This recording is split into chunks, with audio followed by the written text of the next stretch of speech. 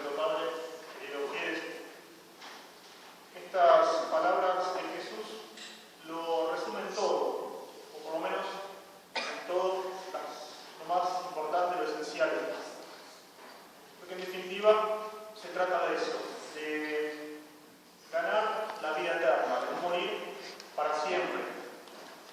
O, como dice el Apocalipsis, de no padecer la muerte segunda, que es caer en el infierno o el apartamiento definitivo del Dios verdadero. No precisamos necesariamente la fe sobrenatural, aunque ayuda mucho, es muy conveniente, para darse cuenta que nuestra alma es inmortal, que el hombre según el cuerpo es mortal, pero según el alma es inmortal, y que el alma, cuando se separa del cuerpo, el alma vivifica el cuerpo, cuando se separa del cuerpo, el alma sigue viviendo, porque tiene operaciones que son espirituales, querer y entender son operaciones espirituales. Pero no basta que el alma en sí sea inmortal para ser feliz. Una inmortalidad sin felicidad es, podemos decir, uno de los tormentos mayores, es justamente el tormento del infierno. Vivir eternamente, ser inmortal, pero sin la felicidad. Solo Dios da esa felicidad al alma, esa vida bienaventurada. Y eso empieza aquí en la tierra por la fe y por la caridad, por creer y por practicar todo lo que Jesús enseñó y practicó y los apóstoles nos transmitieron y nos llegó a nosotros a través de la Iglesia. Quien guardar mi doctrina no morirá jamás, dice nuestro Señor. Y la sentencia contraria también es verdadera. El que no guarde mi doctrina morirá para siempre. Dicho esta primera consideración, vamos a analizar hoy uno de los cambios doctrinales más grandes, más profundos que se han producido en la Iglesia en los últimos 50 años. Sabemos que la Iglesia no puede cambiar su doctrina, no puede cambiarse el Evangelio, pero sin embargo ha habido falsos profetas, falsos doctores, los lobos que se han colado, introducido en el rebaño del Señor y han pretendido cambiar y modificar la doctrina de Jesús, la doctrina del Evangelio. No es en cierto modo una novedad. Ya en el Antiguo Testamento aparecían falsos profetas que hablaban en el nombre del Señor y cuando aparecía un profeta verdadero decía en nombre del Señor: esos falsos profetas yo no los he enviado, sin embargo hablan en mi nombre. Y también Jesús dice claramente: van a aparecer falsos cristos, falsos profetas. Entonces no es que cambie la doctrina de la Iglesia, pero han hecho pasar muchas veces en los últimos años doctrinas que son humanas, opiniones humanas, como si fuesen la doctrina de Jesús, y no son. Hace 2 domingos hablamos un poquito de la misa nueva y de los problemas que tiene, y hoy vamos a tocar uno de los 3 pilares donde se apoya la nueva iglesia que están queriendo construir desde el Vaticano II, hace unos 50 años. Estos 3 pilares que conocemos son la vieja frase de la dicha mal llamada Revolución Francesa: la libertad, la igualdad y la fraternidad. La libertad corresponde a la libertad de culto, a la libertad religiosa.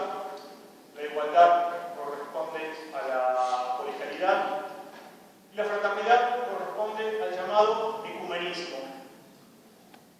Vamos a hablar un poquito del ecumenismo, ya lo hicimos hace 2 domingos, dijimos un poquito que el ecumenismo, según se entiende actualmente, no tiene nada que ver con el ecumenismo como lo practicó la Iglesia durante 20 siglos, que es ese ecumenismo de retorno a la casa de donde se han apartado necesariamente, como lo dijo claramente Pío XII en su encíclica famosa Mortale Magnum. Nada que ver el ecumenismo actual. Algunos, tal vez la mayoría, ya están familiarizados con la palabra ecumenismo, otros tal vez sean un poco más nuevos, no entiendan muy bien lo que significa, y todos alguna vez tuvimos que aprender un poquito qué significa este tema del ecumenismo, porque tiene bastante que ver con nuestra realidad. Disculpe que me pongo por ejemplo, yo también una vez escuché la palabra ecumenismo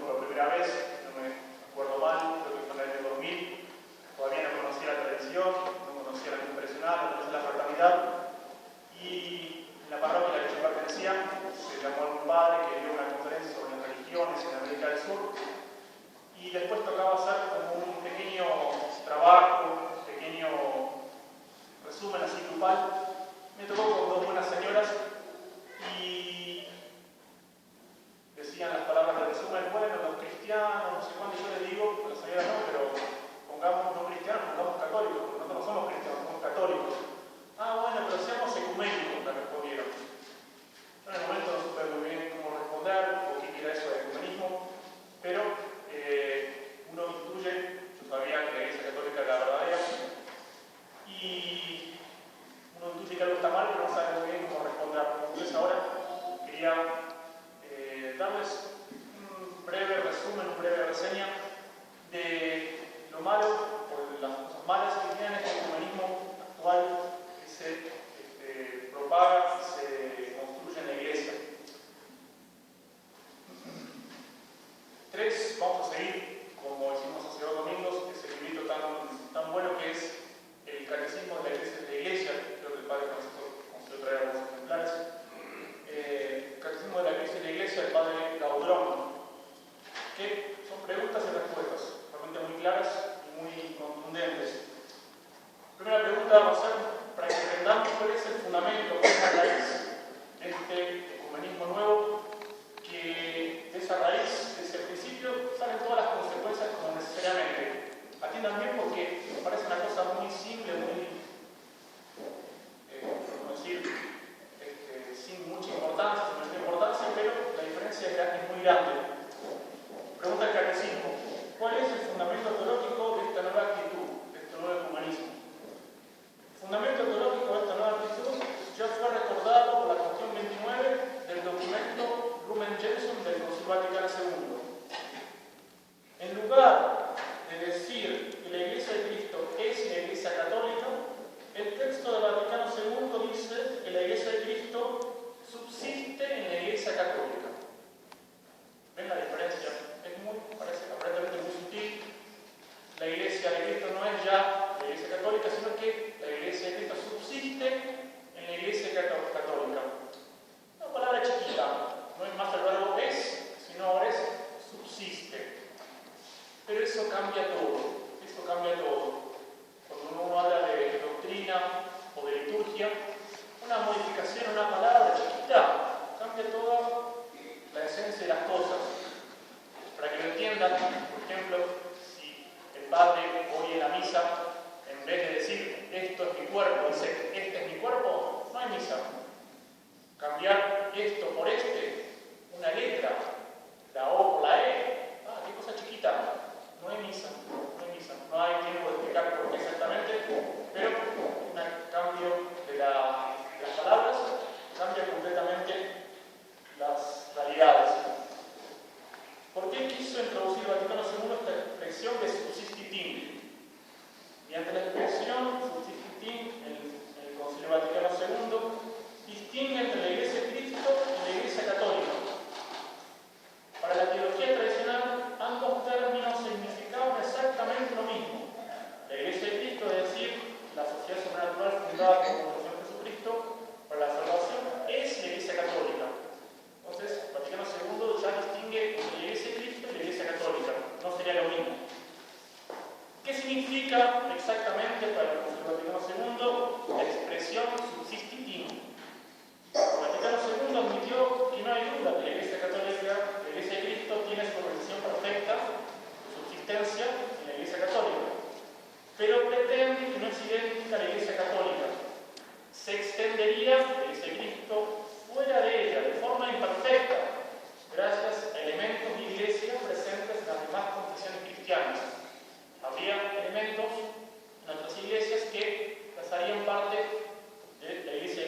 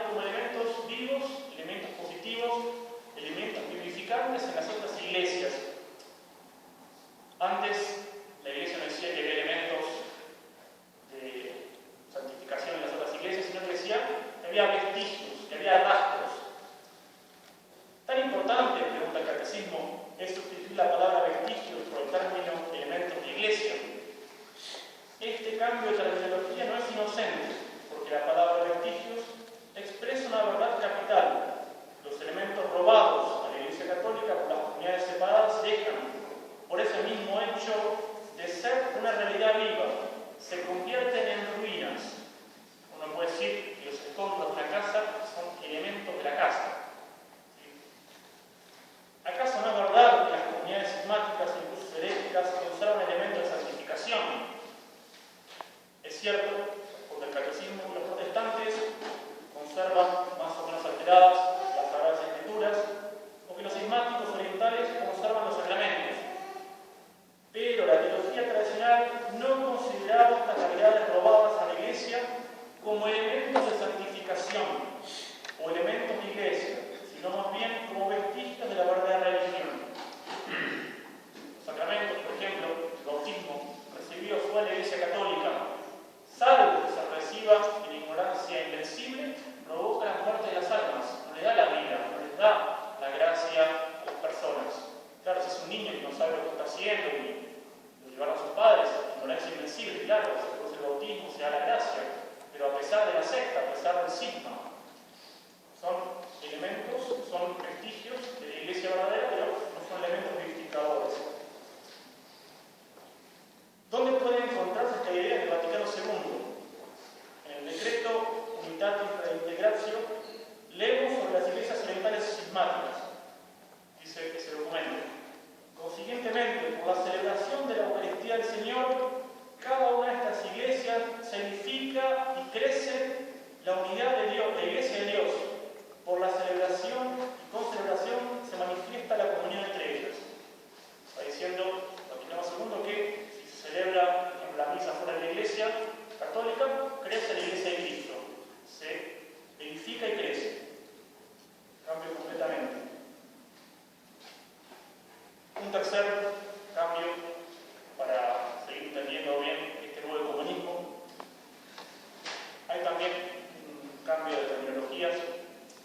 Así como se alteró la relación con las iglesias separadas, la Iglesia Católica, los cristianos, por decirlo así, era lógico que se altere también la visión y las relaciones con las religiones no cristianas. ¿Cómo se puede caracterizar, por el catecismo, este cambio de actitud hacia las religiones no cristianas? Mientras en otros tiempos la Iglesia trabajaba para evangelizar a los adeptos de las religiones paganas, la Iglesia posconciliar emprende un diálogo con ellas. Aquí también cambia la palabra. No es más la conversión, sino el diálogo con otras religiones no cristianas. ¿Qué significa diálogo en el lenguaje conciliar? Pregunta el catecismo. El documento Diálogo y Misión precisa sobre la palabra diálogo. Dice ese documento: significa no solamente el hecho de hablarse, sino también el conjunto de relaciones interreligiosas positivas y constructivas con personas y comunidades de diversas creencias, a fin de aprender a conocerse y de enriquecerse las unas con las otras.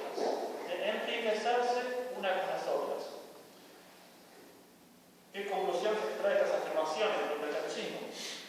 Los católicos trabajan junto a los no cristianos en la búsqueda de la verdad y se trata de un enriquecimiento recíproco. Está claro que la Iglesia ha abandonado la pretensión de ser la única poseedora de la verdad. Si la Iglesia Católica tiene que enriquecerse con el diálogo, entonces Jesús no le dejó la plenitud de la verdad a la Iglesia porque algo falta. Algo está faltando porque no somos hijos plenamente, falta enriquecerse con otras religiones. Los partidarios del comunismo conciliar han renunciado explícitamente a convertir a los católicos. Muchos partidarios del comunismo conciliar han renunciado a convertir a los católicos. Por ejemplo, el catecismo ecuménico prologado por Monseñor Leonhardt, arzobispo de Paderborn, y vivamente alabado por muchos obispos, leemos, dice ese catecismo ecuménico: el fin de este ecumenismo no es el retorno, sino más bien la comunión de iglesias hermanas, unidad en la diversidad reconciliada, unidad de iglesias. Las iglesias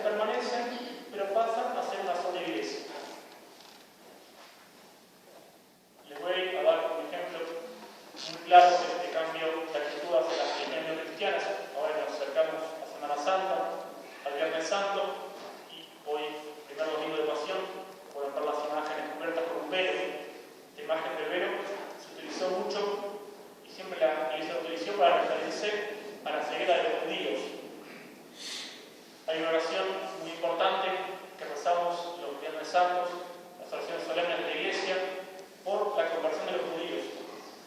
¿Cuál es esta oración del Viernes Santo que la Iglesia siempre rezó para la conversión de los judíos? Ya estaba en los libros litúrgicos del siglo VII, tenemos esta oración. Dice la oración tradicional de la Iglesia para pedir la conversión de los judíos. Pidamos también por los judíos infieles, para que el Señor nuestro Dios levante el velo de su corazón y también ellos reconozcan a Jesucristo nuestro Señor.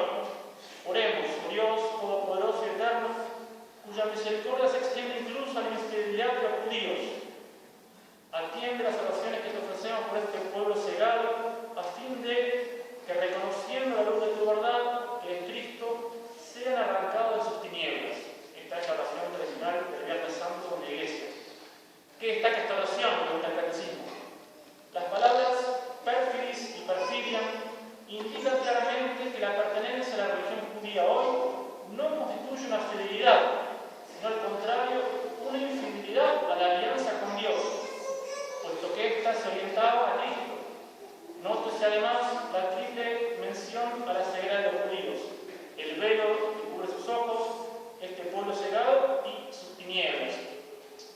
Uno podría preguntarse, ¿no es muy dura la oración tradicional de la Iglesia? ¿No es muy demasiado exigente? ¿No puede lastimar las sensibilidades? El Catecismo hace una pregunta muy real, muy fuerte, no tiene miedo de preguntar este Catecismo.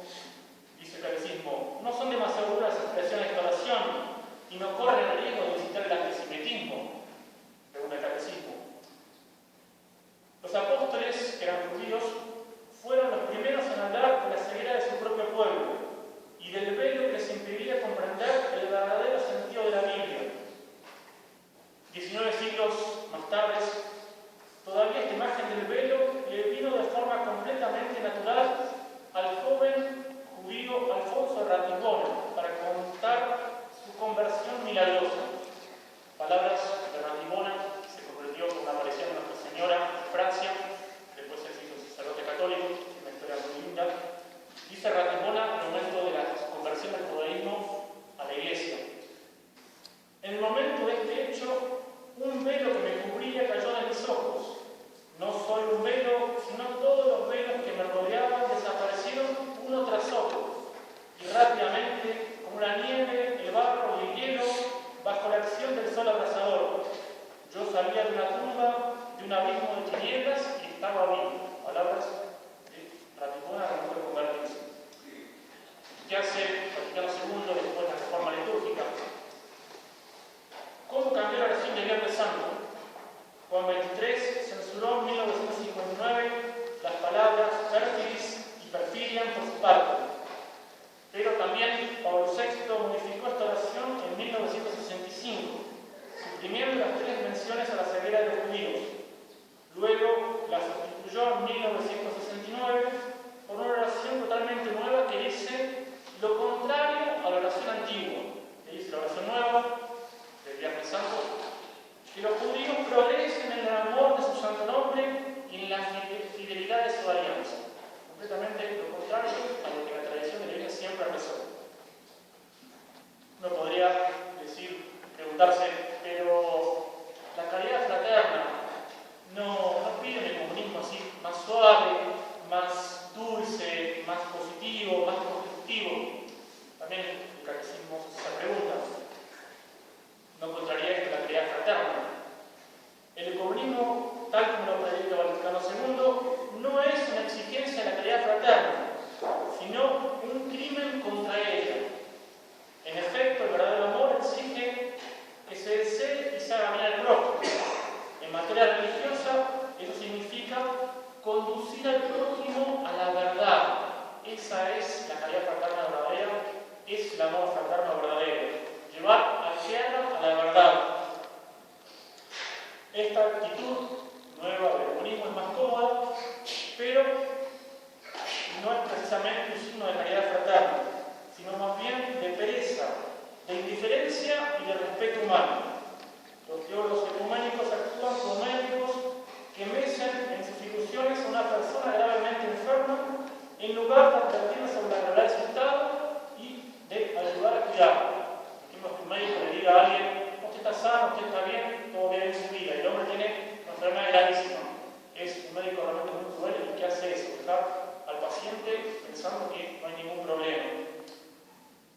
última pregunta, y terminamos. ¿Cuáles son las consecuencias entonces de este ecumenismo, del nuevo ecumenismo? Son tres. La primera es la indiferencia religiosa. Sí, todas las religiones salvan, todas las religiones tienen elementos santificadores, entonces, ¿por qué hacerse católico? ¿Por qué entrar dentro de la Iglesia Católica? Es una opinión muy común, dice el catecismo, hoy entre los católicos, pensar que uno puede salvarse en la Iglesia Católica, salvarse en las iglesias evangélicas, salvarse en el judaísmo o en aquella religión que a la persona se le ocurra adoptar o aceptar. Todo esto contraría, evidentemente, y de modo flagrante, la orden de nuestro Señor. Ir pues y hacer discípulos a todas las gentes, bautizándolas en el nombre del Padre, del Hijo y del Espíritu Santo. Una oposición flagrante al mandamiento de nuestro Señor. Terminamos entonces con una pequeña reflexión. Tal vez nosotros estemos como a las puertas, tal vez del último grado de ecumenismo. ¿Qué le falta a este ecumenismo postconciliar que ha abrazado todos los errores, todas las religiones? Le falta abrazar, lo último que queda es la tradición de la Iglesia. Falta abrazar a lo que queda de la Iglesia Católica, a los restos que quedan de la Iglesia Católica.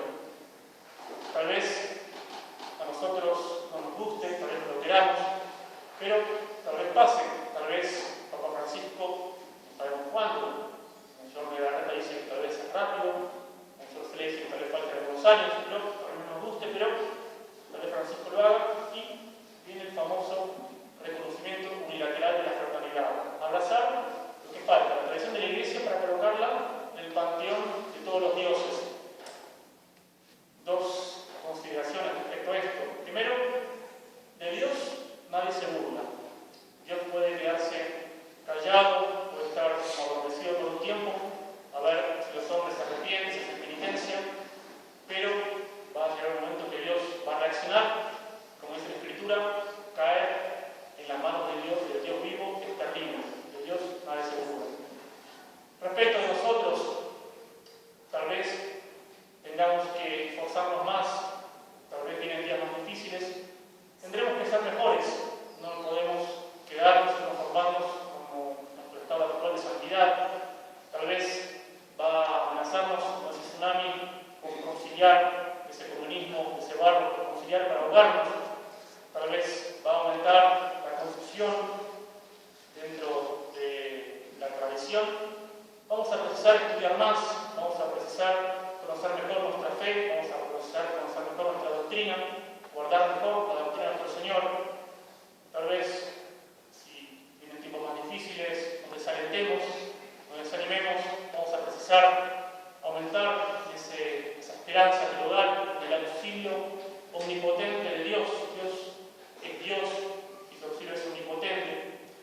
Tal vez vengan momentos de discordia, de desentendimiento entre nosotros. Vamos a precisar crecer mucho también en la verdadera caridad fraterna. No la caridad fraterna esa afeminada, insensible, ese predicador, sino la caridad fraterna verdadera, la viril. Una Isabel de Castilla tenía una caridad viril cuando quería evangelizar América. Una Santa Juana de Arco tenía la verdadera caridad cuando quería expulsar a los enemigos de su patria. Vamos a apreciar esa caridad. Pero bueno, si todo eso falla, si por nuestra mediocridad no podemos subir y hacernos más santos, nos queda siempre el recurso a Nuestra Señora. Si mantenemos esa devoción verdadera, esa devoción sincera a la Virgen María, Nuestra Señora es el auxilio cristianorum, como le invocaba San Juan Bosco tantas veces. Pidamos y clamemos a Nuestra Señora que nos proteja y nos mantenga realmente en la fidelidad a la doctrina de nuestro Señor. El que guarde mi doctrina no morirá